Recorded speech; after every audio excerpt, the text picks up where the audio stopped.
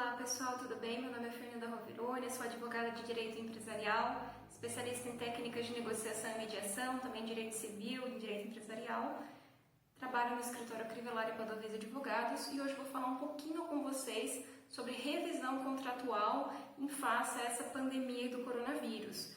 Há umas 2 semanas mais ou menos a gente conversou aqui um pouquinho também sobre a questão de caso fortuito e força maior e a suspensão de obrigações contratuais, né? E a gente viu que apesar de no direito contratual ter aquela regra, né, aquele princípio de que o contrato faz lei entre as partes, ou seja, o contrato ele seria intangível, existem algumas exceções, algumas relativizações disso. E o que a gente vai ver aqui um pouquinho hoje é uma delas, que é a questão da revisão contratual. E só abrindo um parênteses para falar sobre essa questão do caso fortuito e força maior, se você ainda não viu esse vídeo, veja porque é muito esclarecedor. Quando nós fizemos aqui esse vídeo há 2 semanas atrás, mais ou menos, não havia ainda muitas matérias, muita discussão sobre isso, era uma questão ainda que não estava sendo tratada e que a gente já previa, né, que teria toda essa repercussão que hoje está tendo, né? Existe inclusive um projeto de lei que já foi aprovado no Senado e agora vai passar pela Câmara dos Deputados, que trata da questão do coronavírus como reconhecendo, já que se trata de um evento de caso fortuito ou força maior e que prevê várias modificações, trará aí muitos impactos, tanto na esfera civil quanto empresarial. Então, mais para o final do vídeo, a gente vai tratar um pouquinho, vamos conversar um pouquinho sobre esse projeto de lei, sim, que também tem impacto aqui nesse assunto de revisão dos contratos que a gente vai falar.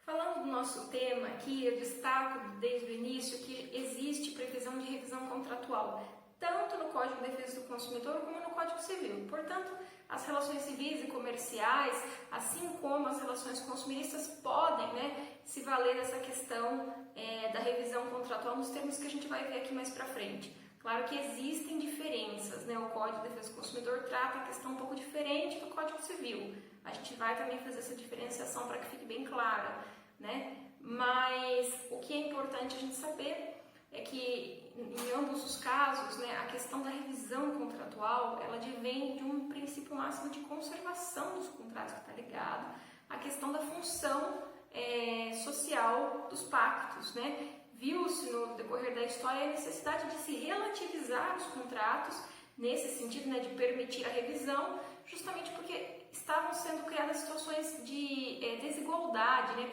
buscando aí uma equidade, era necessário permitir essa revisão em muitos casos, né, porque a questão da rigidez contratual ela criava situações às vezes injustas, né, e por isso é que surge essa possibilidade aí que está prevista tanto no nosso Código Civil como no Código de Defesa do Consumidor de revisão dos contratos. O Código Civil, ele prevê, tanto lá no artigo 317 como no 478 e seguintes, aí até 480, a questão da possibilidade de revisão contratual, né? O 317 trata mais especificamente da revisão, o 478 já vai falar um pouco de resolução, na verdade, de contratos por onerosidade excessiva. Mas acaba sendo mais utilizado esse conceito do 478, né, que eu vou ler aqui para vocês para que fique bem claro, né, o que exatamente o Código prevê. E, antes de tudo, mencionar, né, que no Código Civil, vocês vão perceber que a revisão dos contratos está mais ligada à questão da teoria da imprevisão.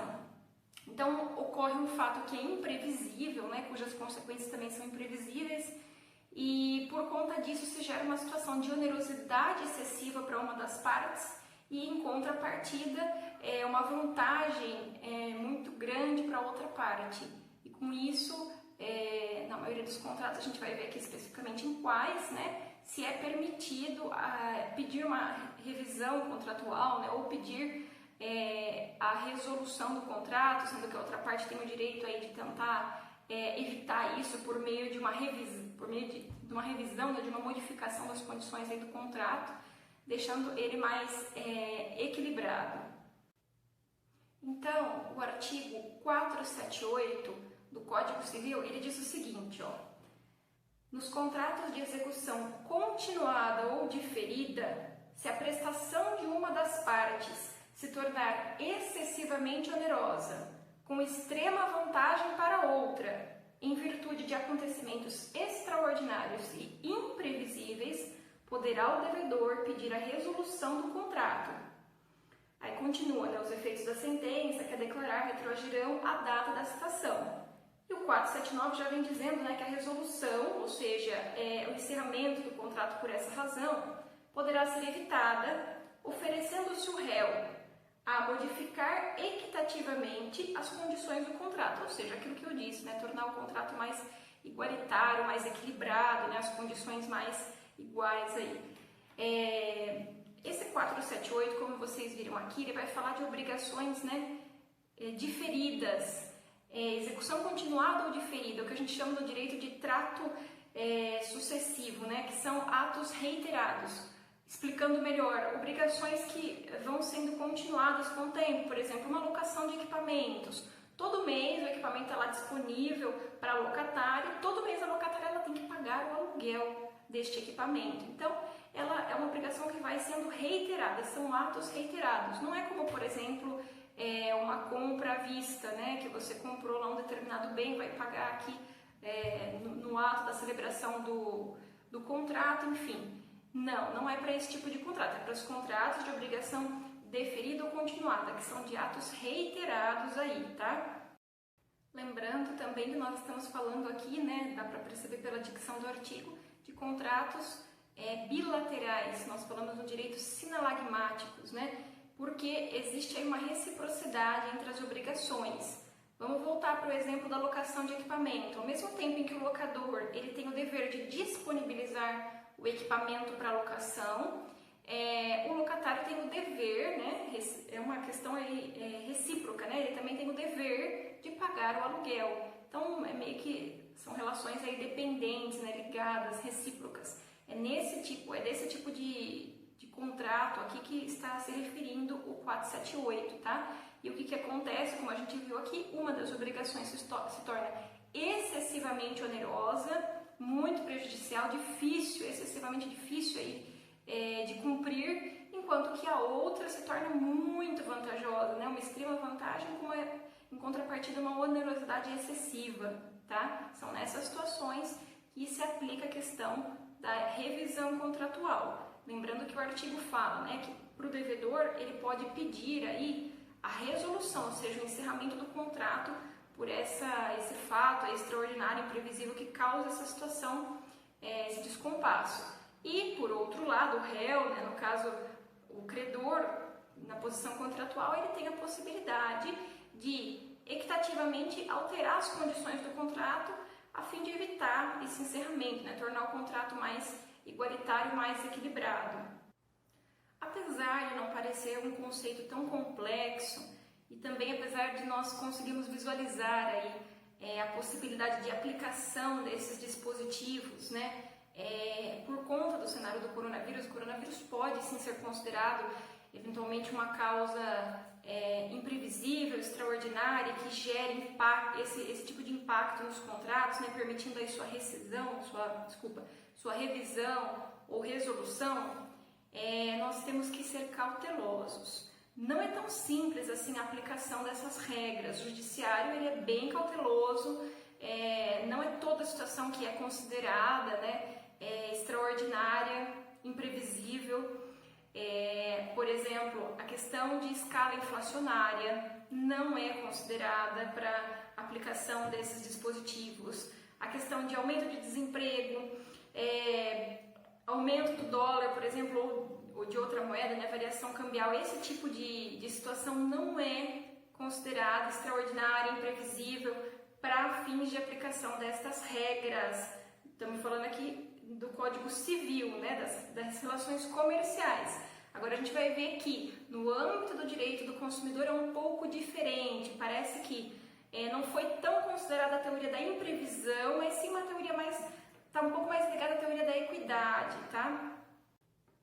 Já no Código de Defesa do Consumidor, no artigo 6, inciso 5, vai dizer o seguinte, que é um direito básico do consumidor a modificação das cláusulas contratuais que estabeleçam prestações desproporcionais, isso aí já na origem, né, quando foi feito o contrato, cláusulas contratuais desproporcionais, ou sua revisão em razão de fatos supervenientes que as tornem excessivamente onerosas.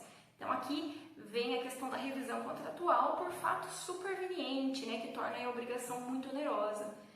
Vejam que o Código de Defesa do Consumidor não fala de causas extraordinárias, imprevisíveis, por isso que não está contemplando essa questão do princípio da imprevisão, a teoria da imprevisão, está mais ligada a uma questão de equidade mesmo, né? Porque ele só fala de causa superveniente, não importa se é imprevisível ou se é extraordinária, desde que seja uma causa superveniente, ou seja, que surge depois do momento de celebração ali do negócio e que causa onerosidade excessiva, permite-se, né, a revisão contratual.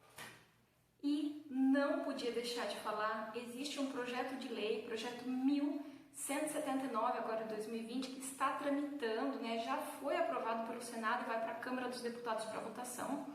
É um projeto importantíssimo que trata de vários aspectos civis, empresariais, consumeristas, vai modificar muita coisa se for aprovado. A exemplo, questões de prescrição, decadência, suspensão de contratos de locação, suspensão do direito, né, de arrependimento em caso de delivery para produtos aí perecíveis, alimento, remédios, enfim. Questões de direito societário, suspensão da exigência de realização de assembleias, reuniões, entre várias outras coisas aqui que vão ser afetadas por esse projeto de lei, caso seja aprovado, né? E ele já traz também algumas previsões sobre essa questão de revisão contratual e esses artigos aqui 478 e seguintes que a gente viu do Código Civil. Então não posso deixar de falar aqui para vocês, vou fazer a leitura agora aqui do que prevê esse projeto de lei sobre o assunto. O artigo 7º desse projeto de lei ele diz o seguinte: não se consideram fatos imprevisíveis para os fins exclusivos dos artigos 478, 479 e 480 do Código Civil, aqueles que a gente viu, o aumento da inflação, a variação cambial, a desvalorização ou substituição do padrão monetário. Portanto, isso já está excluído aqui por esse projeto de lei. Se for aprovado, já fica seguro, né? É difícil falar seguro no direito, mas já fica claro, um pouco mais seguro que isso não vai se aplicar, que esses artigos não se aplicam nesses casos, tá bom? Uma observação importante, este artigo que eu acabei de ler aqui do projeto de lei, ele não se aplica para as relações de consumo, tá? Para as relações de consumo vão se aplicar aquelas regras do Código de Defesa do Consumidor que a gente viu aqui. Não é tão imperante a questão da imprevisão, só uma causa superveniente, não precisa ser imprevisível nem extraordinária. Isso vai continuar valendo para as relações de consumo. O parágrafo 1º desse artigo 7º aqui do projeto de lei que eu li, ele já deixa claro que as regras sobre revisão contratual previstas no Código de Defesa do Consumidor e na Lei 8.245 de 91 não se sujeitam ao disposto no caput desse artigo. Então, em tese, esse artigo não vai se aplicar para as relações de consumo, tá? Claro, pessoal, isso aqui ainda é um projeto de lei, não foi aprovado, mesmo se for, ainda vai ter muito debate, muita discussão sobre o significado, sobre a aplicação, sobre a extensão do que está aqui previsto, e deixo até por fim aqui para vocês um questionamento sobre o parágrafo 2º desse artigo. Vejam o que diz o parágrafo 2º. Para os fins dessa lei, as normas de proteção ao consumidor não se aplicam às relações contratuais subordinadas ao Código Civil, incluindo aquelas estabelecidas exclusivamente entre empresas ou empresários. É um pouco estranha a redação desse artigo. Parece que o que ele está dizendo é uma coisa óbvia, que a gente já sabe, não é? As normas de proteção ao consumidor não se aplicam, né? Em regra já é assim. Elas não se aplicam às relações que estão subordinadas exclusivamente ao Código Civil. Então, uma relação comercial que não está caracterizada como uma relação de consumo, ela não vai estar sujeita ao Código de Defesa do Consumidor e sim ao Código Civil. As normas consumeristas não vão se aplicar como regra. E daí, prever isso aqui no final ainda dizendo, incluindo aquelas estabelecidas exclusivamente entre empresas ou empresários, o que será que quer dizer com isso? Que esse tipo de relação entre empresa e empresário não vai caracterizar como relação de consumo? Não acredito que seja essa a intenção do artigo, tá? Mas a gente pode se questionar aí do porquê está previsto isso nesse projeto de lei, nesses dispositivos que tratam aí da questão da revisão contratual e que excepciona, que isso não se aplica à relação de consumo. Então fica aí um questionamento para a gente ir discutindo, porque como eu disse para vocês, ainda é um projeto de lei, mesmo que aprovado, vai ter muito debate, muita discussão sobre isso ainda. E no decorrer aí da semana a gente vai fazer muita matéria sobre esse projeto de lei, porque, como eu mencionei para vocês, ele envolve questões aí civis, empresariais, processuais, muito importante, questão de prescrição e decadência, que é uma questão processual muito relevante, entre vários outros institutos aí que vão ficar afetados, né, entre aspas, por esse projeto de lei ser aprovado. Então, acompanhem aí que vai ter muita novidade esses dias, principalmente se houver aprovação do projeto. Só para fazer um esclarecimento final, né, eu fiz uma enquete no Instagram essa semana perguntando qual assunto vocês preferiam, né? Se era esse assunto de revisão contratual ou se especificamente sobre a lei de locação. Foi um pouco acirrada aí a votação, né? Acabou que praticamente empatado, eram dois assuntos que muita gente queria saber. Então, esse assunto, como é mais empresarial, eu trouxe aqui para vocês um pouquinho de discussão sobre ele hoje. E o Departamento Civil do escritório, através da advogada doutora Ana Maria, também vai fazer uma matéria essa semana sobre a questão específica da locação. Então acompanhem, né, o Instagram do escritório, que vai ter uma matéria sobre isso, também vou postar aqui para vocês. E é isso, muito obrigada pela atenção.